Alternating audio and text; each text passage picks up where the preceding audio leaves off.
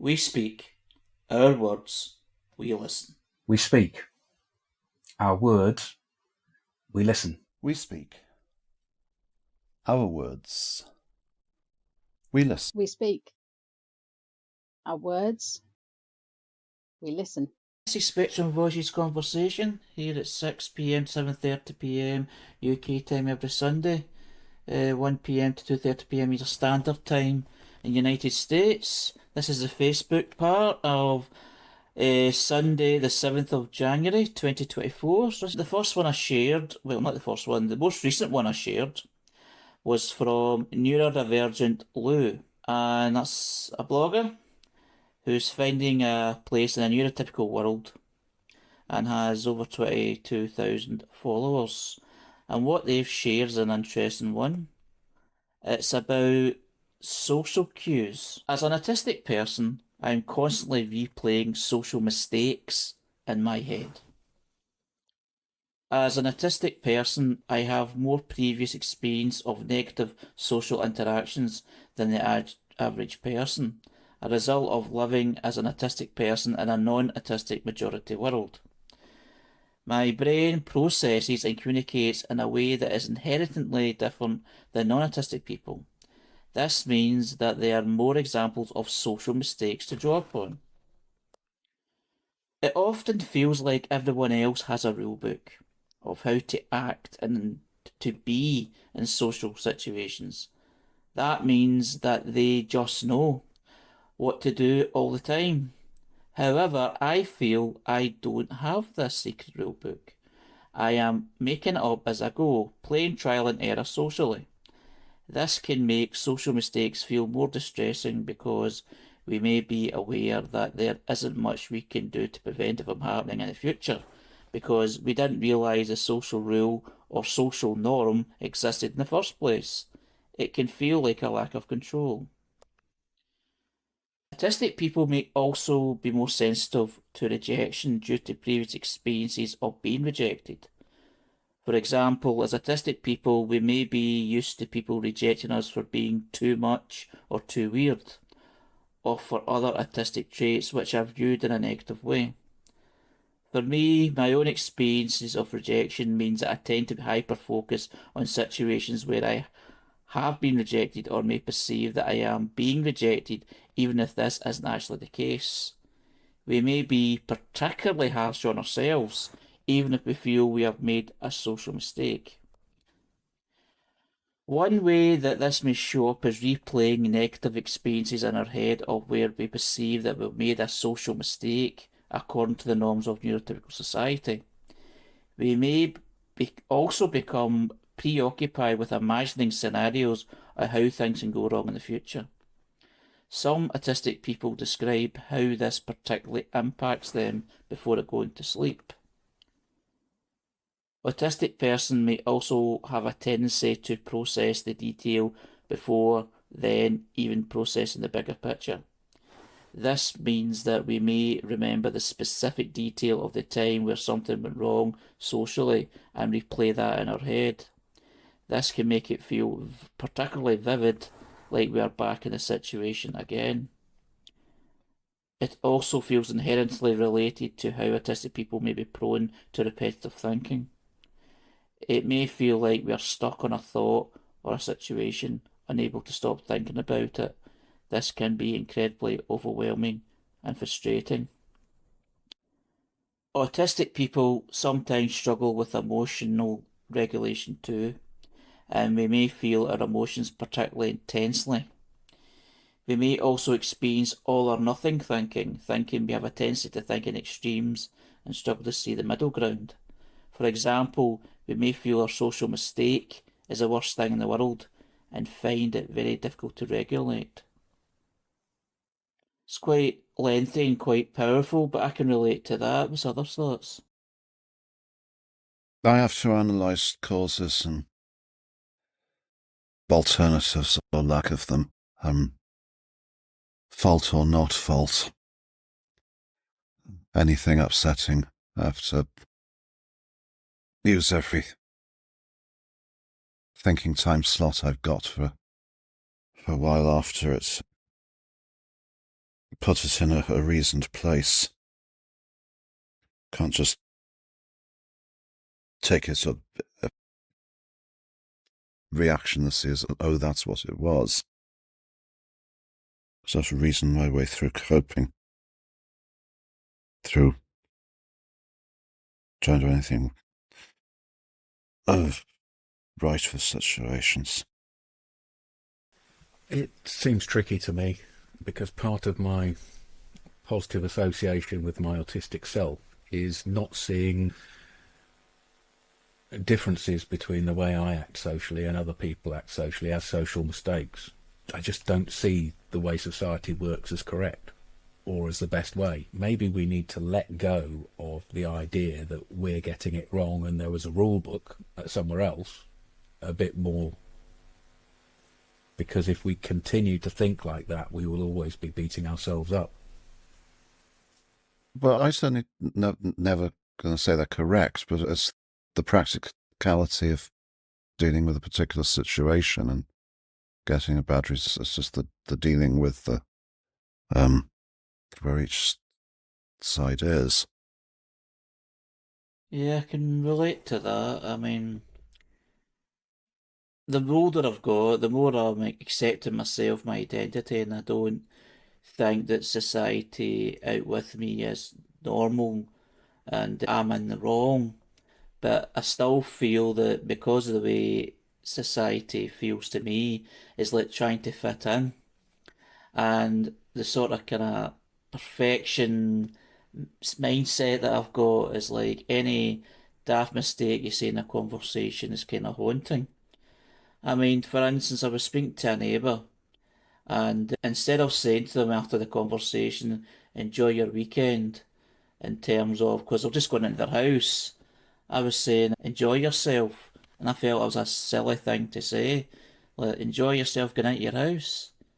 You know, I mean, even things like that, kind of, what I said was a bit daft there. I don't think they bothered, they just walked away. But it can become more, more extreme than that.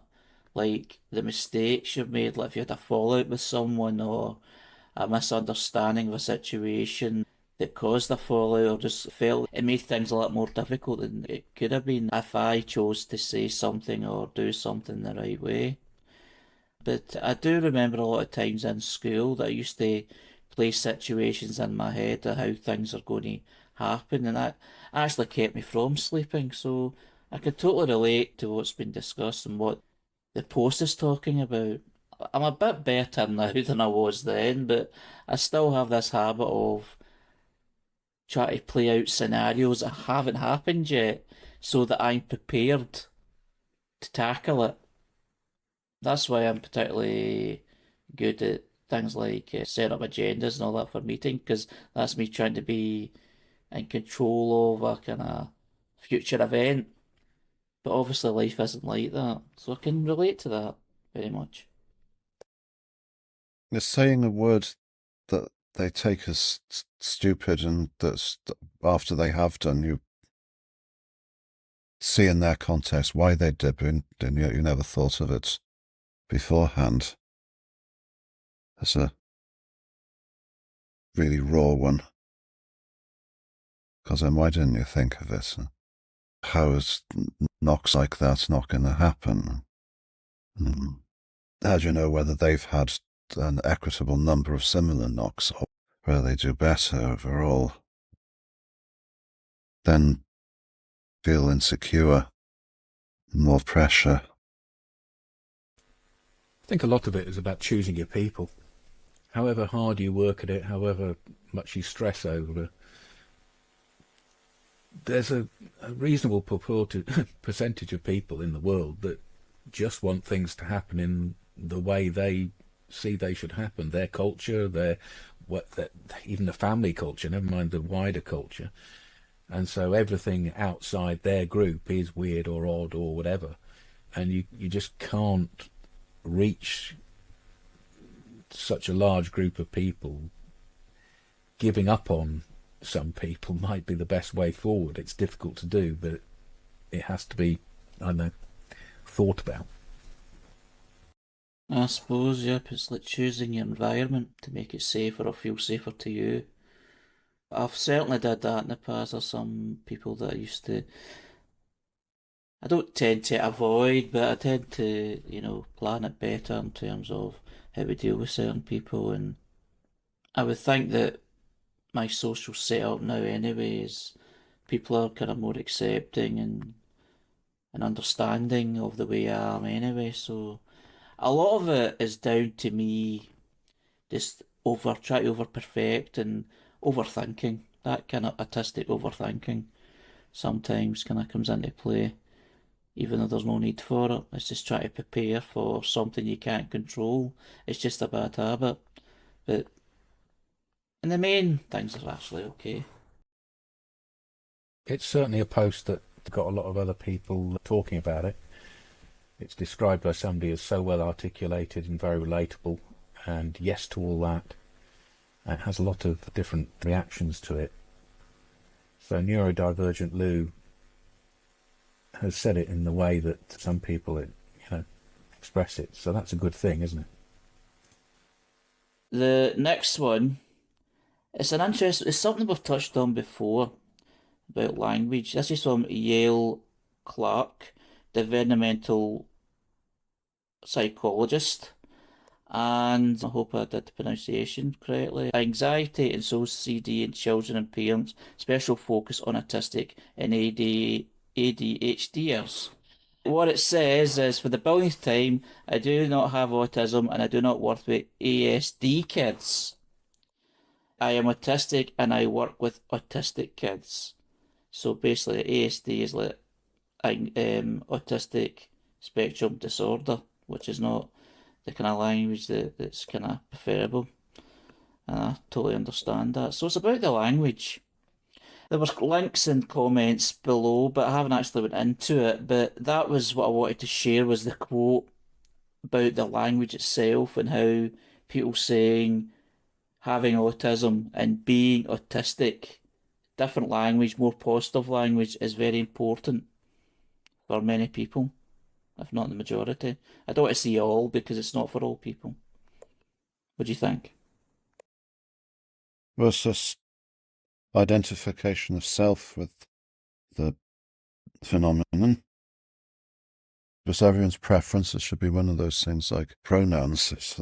There shouldn't be, there's one right answer for everyone, but it's the self-descriptions one should have regard for each person.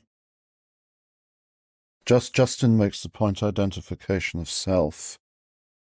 I think what Morris said is very important, because there's this modern thing that if you're autistic and you don't use autism first language, identity first language, that you're not quite up to the mark with the whole new modern way of being autistic. And there's a kind of almost a snobbery about it. And some people do prefer to say that they are somebody with autism because that's still how they feel. They feel as though they are a person and the autism is something that's almost separate from them, or something that they can keep in another place. It's not right to be messing around and telling people that they have to use language in a certain way, because language is very flexible.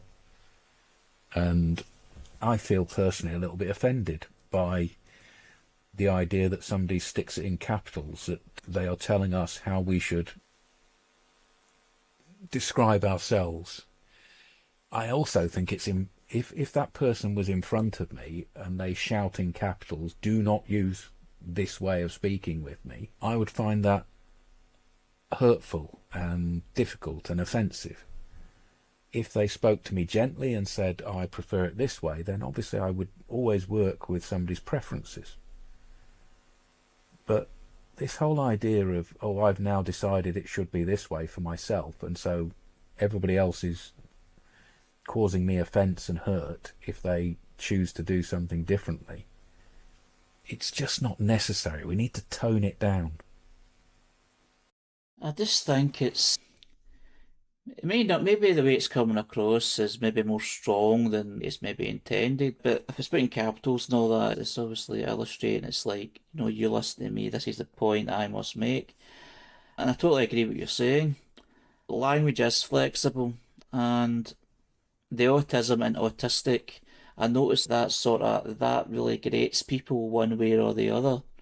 But we can't really say I mean, I did a blog about my own journey, and I went through the kind of different tiers in terms of how I looked at autism, disability, and then it became a superpower, and then it became an identity as I got older and as time progressed. And of course, as I got older, kind of perceptions, society, and all that, autistic society, kind of obviously changed a lot as well. So I totally understand what you're saying, and there's ways of approaching this, but I can understand why somebody would say that, but it's a way of actually how you express it and not telling people how they should say something unless they're describing you.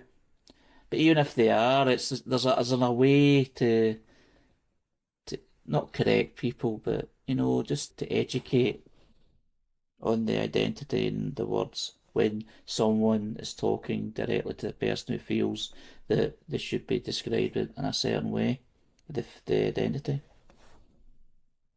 I mean, I would encourage people to see their autism as absolutely intrinsic to themselves. I would encourage people to see their autism as an absolute part of their identity, but I wouldn't concern myself too strongly with somebody who says still that they have autism. That's not something that seems important enough to me. It's a shame that it does seem very, very important for some people, but they make their own choices. They've taken on a dogma, though, that's picked up and circulated. That's become more than their own choices, so has to return to being. The next one that I've shared is from SWAN Autism Scotland, and it's a Scottish organisation. It's basically built on foundation of knowledge, understanding of supporting autistic women, girls, and non-binary individuals. And they've got an event coming up online called SWAN Training, and it's called Increasing Understanding of Autism. It's for professionals and allies. It's Monday the 29th of January, 6 p.m. to 8:30 p.m. UK time. It's an information session, and they say that this training is open to anyone looking to increase foundational knowledge and understanding of supporting autistic women, girls, and non-binary people from a lived experience perspective. This session is for professionals and allies who are working with and supporting autistic individuals in health, education, in the community or at home, as well as individuals who have an interest in learning more about autistic identity and autistic experience.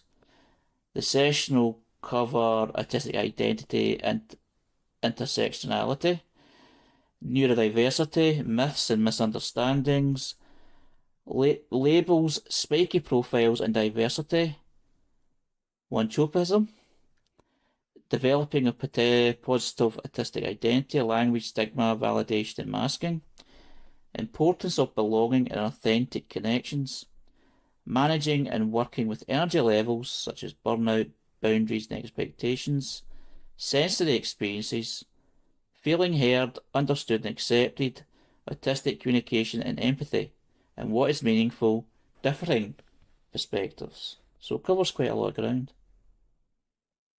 Yeah, I hope they're successful with that.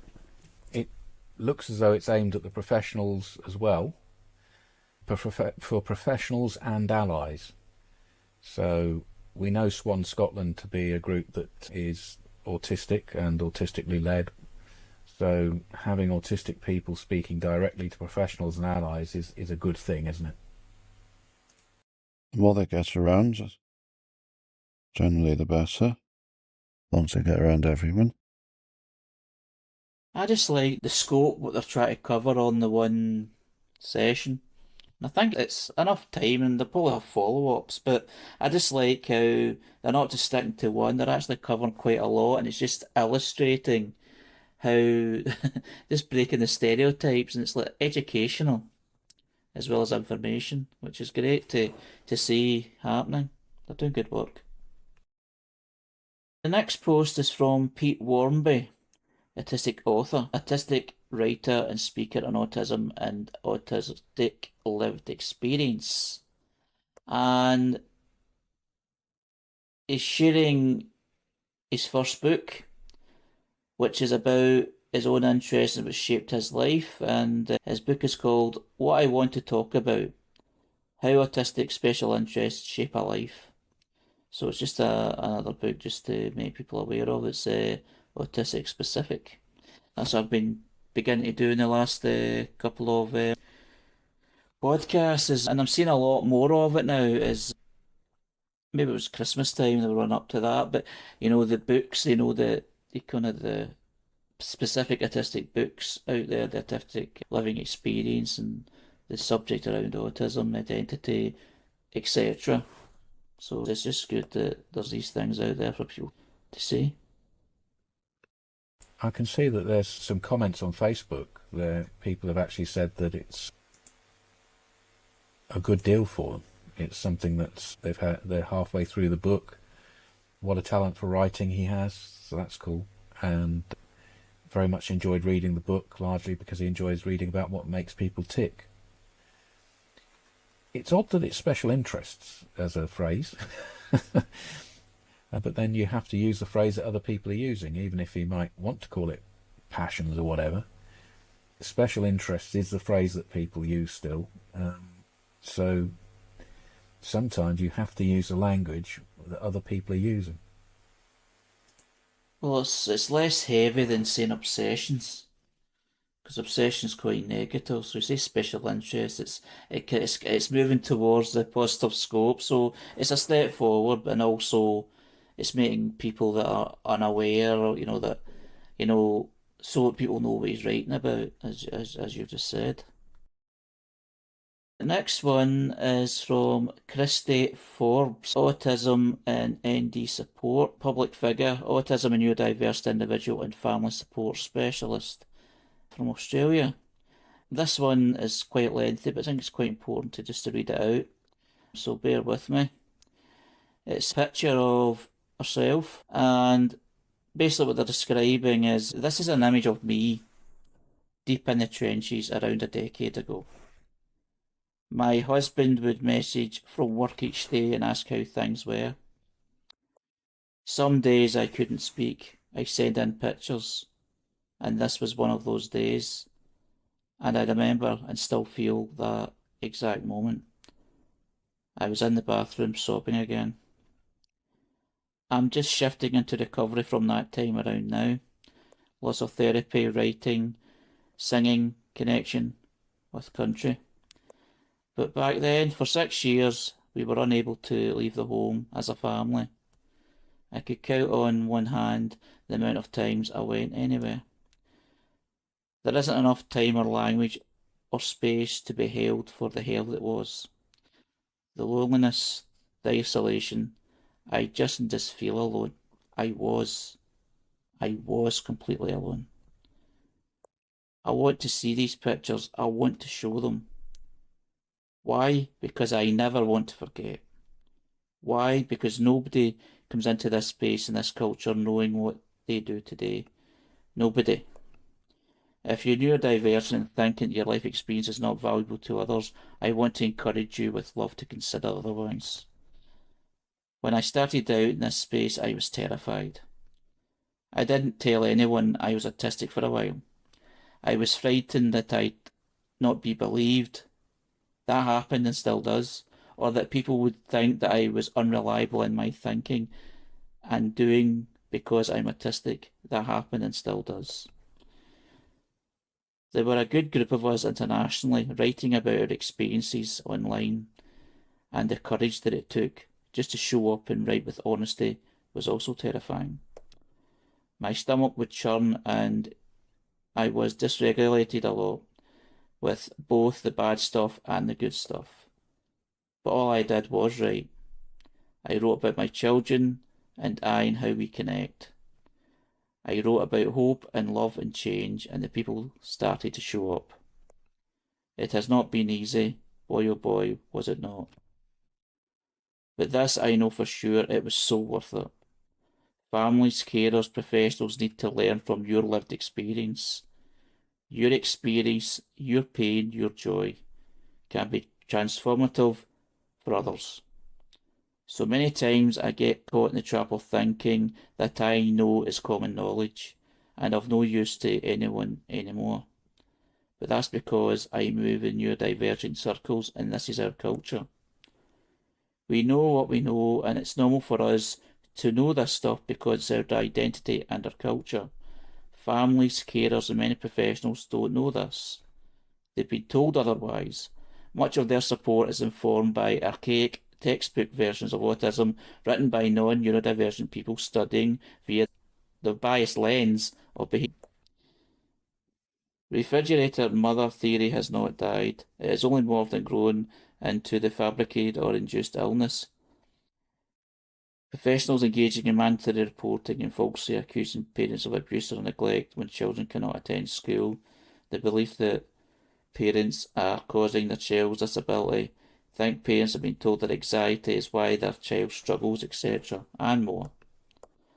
I'm not asking anyone to save people. This is not saviorism. It is being in community. It is showing up, warts and all. It's privilege, and not all of us can do it, because not all of us are safe to do so. Nobody is a leader in this space. Neurodivergence is a human experience, marginalised and pathologised as a disorder. I meet people in my communities and my programmes as one of them because I am. We are a community. Decolonise in my work means breaking down hierarchies. That model has to go, and being a PD autistic, I can't engage with people in power and balances anyway. Being in community for me means I share life, I share my joy, I share my pain, and I know I don't have all the answers, nor would I ever claim to, or enforce a generic framework. I see so many neurodivergent people arguing in comment sections and getting really passionate about their stance. The passion is wonderful and it belongs somewhere that will help others. The arguing is not. Abusing families and carers is counterproductive to positive neurodivergent identity and culture. It is counterproductive to helping coming generations of neurokindred. Many of these families consist of parents who are unidentified autistic, among other forms of neurodivergent, and they often don't know. They too are suffering. They have lost so much in their bid to support and sustain connection with their child, and their drive to advocate for the right to education and their courage to live, be, and do differently, to keep their child alive. Some of us are thriving, some of us are surviving, and many of us move between the two. It is often the nature of this identity when navigating a neuronormative world. I know we carry trauma. I know we're often abused or trolled or treated awfully by others. I know. Trust me, I know. I'll never forget my introduction to the autistic community. I was on a thread arguing something made my child autistic, that there was no family history of autism. More like there was no family history of neuronormativity.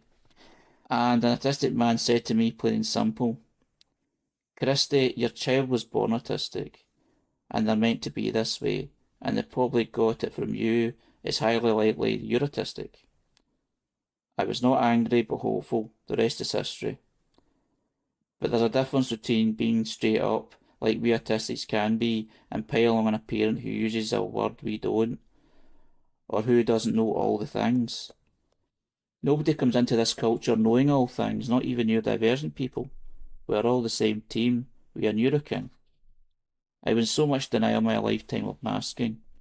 I was going into the autistic spaces and asking questions like, why does my child rock? And I was made fun of.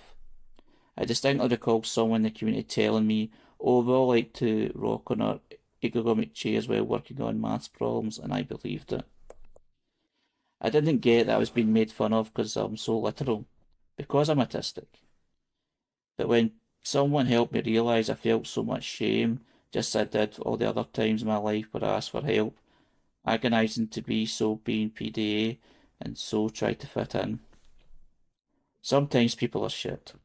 It's true and we all know it.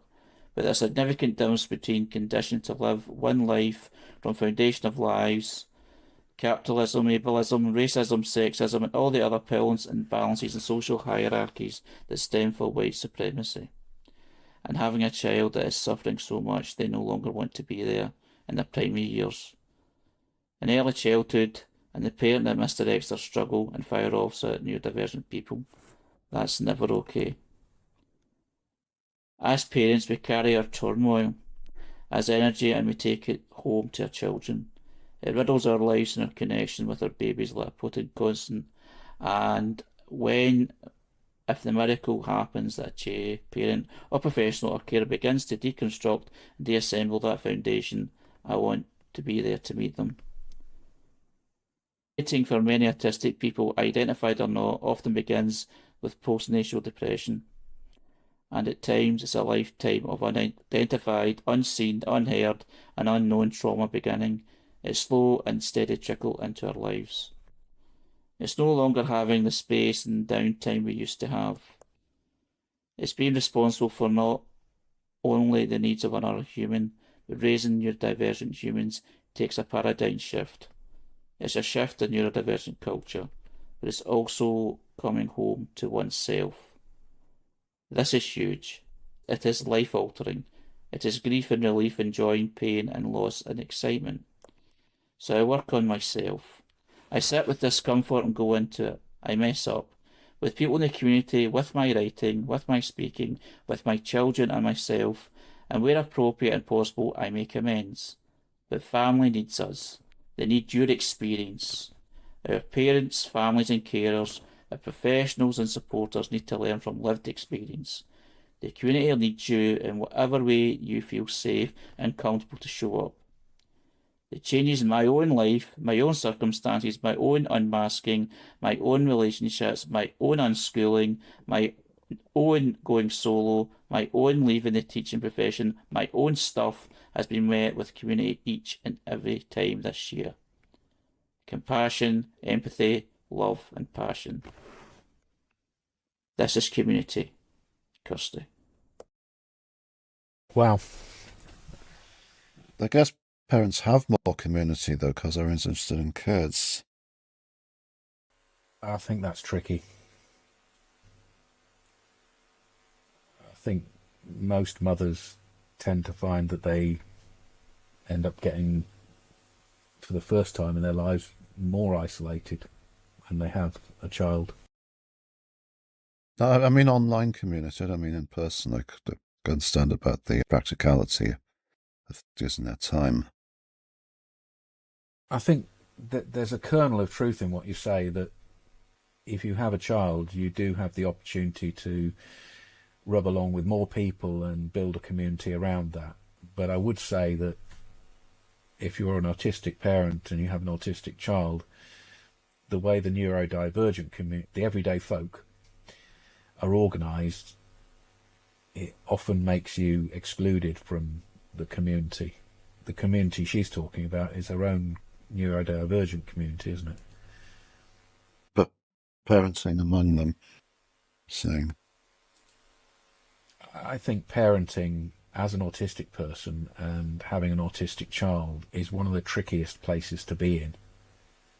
I don't know how to explain it.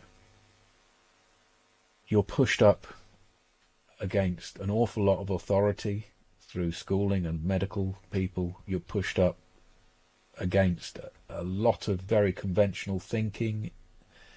You're pushed up against a lot of society's expectations in a very concentrated way in a very short period of time. And that affects a non-neurodivergent parent with an autistic person, because society says they have a disabled child and they feel excluded. And then there's another layer on top of that if you're an autistic person, because there's a limited number of autistic people with autistic children out there. To me, it's one of the most tricky positions that people can find themselves in. I'm just saying she's found a community of them, then that's another branch of community, and we know there is a lot of momentum around advising and sharing about kids exactly because of these problems and pressures. I was looking at the difference in where you are in relation to community with other folks, such as the older that we've been concerned about. For the professionals listening to it, well, they always need to. I guess this is a message in a bottle, as much as many of our efforts have been, and everyone's. Yeah, but when she says community, she's speaking about the flexibility of the neurodiverse community, which, as you know, happens mostly online. And she's saying she's making mistakes in that, and then she tries to make amends in that.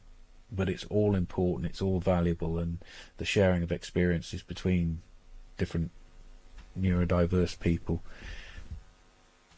and getting as many of those messages in the bottle out there is important, and I agree with her. I think it is.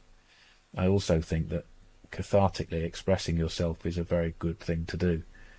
But she points out that as a community, autistic people and the autistic spaces are very difficult spaces. And she puts forward a lot of suggestions at where they fall in some places. But overall, she's saying compassion, empathy, love and passion is the part of community. And community is something that's wide enough and flexible enough for people to find their own spaces within it, I suppose. I like what she said. I'm going to read it again when I'm offline. The next one is from Autistic and ADHD, that's me, and a public figure, and the description says, I'm Emma. I found out in 2019 that I have ADHD, and in 2021 I am autistic, and I'm from London, United Kingdom. And basically what they say is ADHD and autism are not sentences. It's not the end of the world when the doctor tells you that either you or your child is ADHD or they're autistic. Getting diagnosed as being autistic and having ADHD has been the best thing to ever happen to me. The understanding and the compassion we can finally give ourselves is and has been a lifesaver for me, as I'm sure it has been for many others. I failed school, couldn't study, and had suicidal thoughts before either my diagnosis. Life was pretty bleak. I have studied and qualified as a Reiki Master, meditation and mindfulness teacher, and spiritual life coach, and I'm now studying hypnotherapy. And I've just passed my psychology diploma with a distinction. If I can do it, so can you, and so can your child and children. I know days can be tough, I know better than anyone, but I also know that with a diagnosis, understanding and healing can also come great change for the whole family. We are truly amazing, and when we put our minds to it and believe in yourself. Kind of follows on the last one, except for another, not perspective, but another experience, the same language, but in a lot more shorter term. It does follow on, and one of the things that struck me on what Kristy said was reminding us that an awful lot of the simple things about autism that we've now come to take as, just normal pieces of information are still the baby steps that other people don't have into autism. And so not assuming that the amount of stuff that we know, how do I say, we need to keep going over the basics. We need to keep telling people about the basics. And partly that's why we read out so many Facebook posts, is because people, sometimes often newly diagnosed people, are expressing again and again the basics in different ways, in different language. And that's really where we need to continue to be. hiding in a community where we're all talking our own secret language doesn't do the thing that Kristy wanted. Kristy was saying that it's necessary for our words, like the messages in the bottles that Morris described, to actually keep being thrown into the sea, keep falling on beaches so people can read those things, and keep sticking to the simple messages, the basic messages, and repeat them. End of speech. Yeah, totally agree. I mean, both Emma and Kristy say the same thing. And the thing that Emma was talking about is, like we've shared before, it's like diagnosis is like the first step. But see, if you had a diagnosis and it was years ago, you kind of sort of forget to go back to those basics for people that don't have that, as you just say, have that step. But what I also like about the post is like it's sharing the experience where they thought their life was really bleak. They thought, and how a diagnosis has turned things round. And that's a positive way, because in many ways, for many people, being diagnosed, because it's the word diagnosis, I suppose, with autism, it's like, oh no, what's wrong with me? And then it's like, why me? Why can't I be normal? I know there's no such thing, but that's the way society kind of puts it across at times, if not all the time.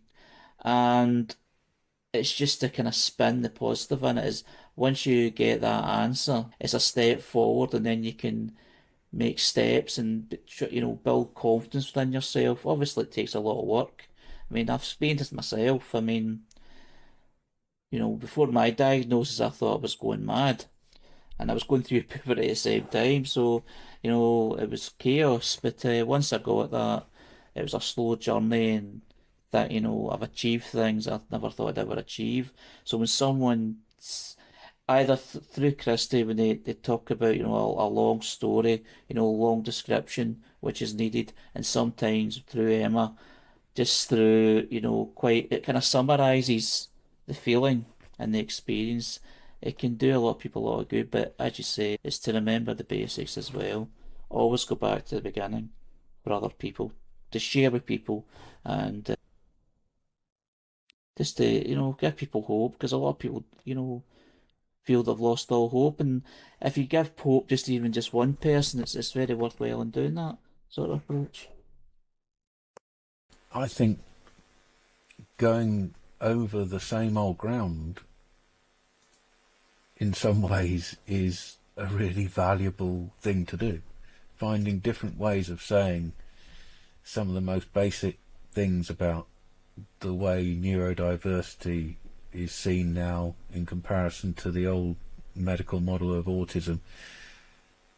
Just keep saying it, keep giving people the opportunities, saying it to yourself, saying it out loud. It's all affirming. It's all a way of dealing with those other things that come, those depressions, those self-doubts.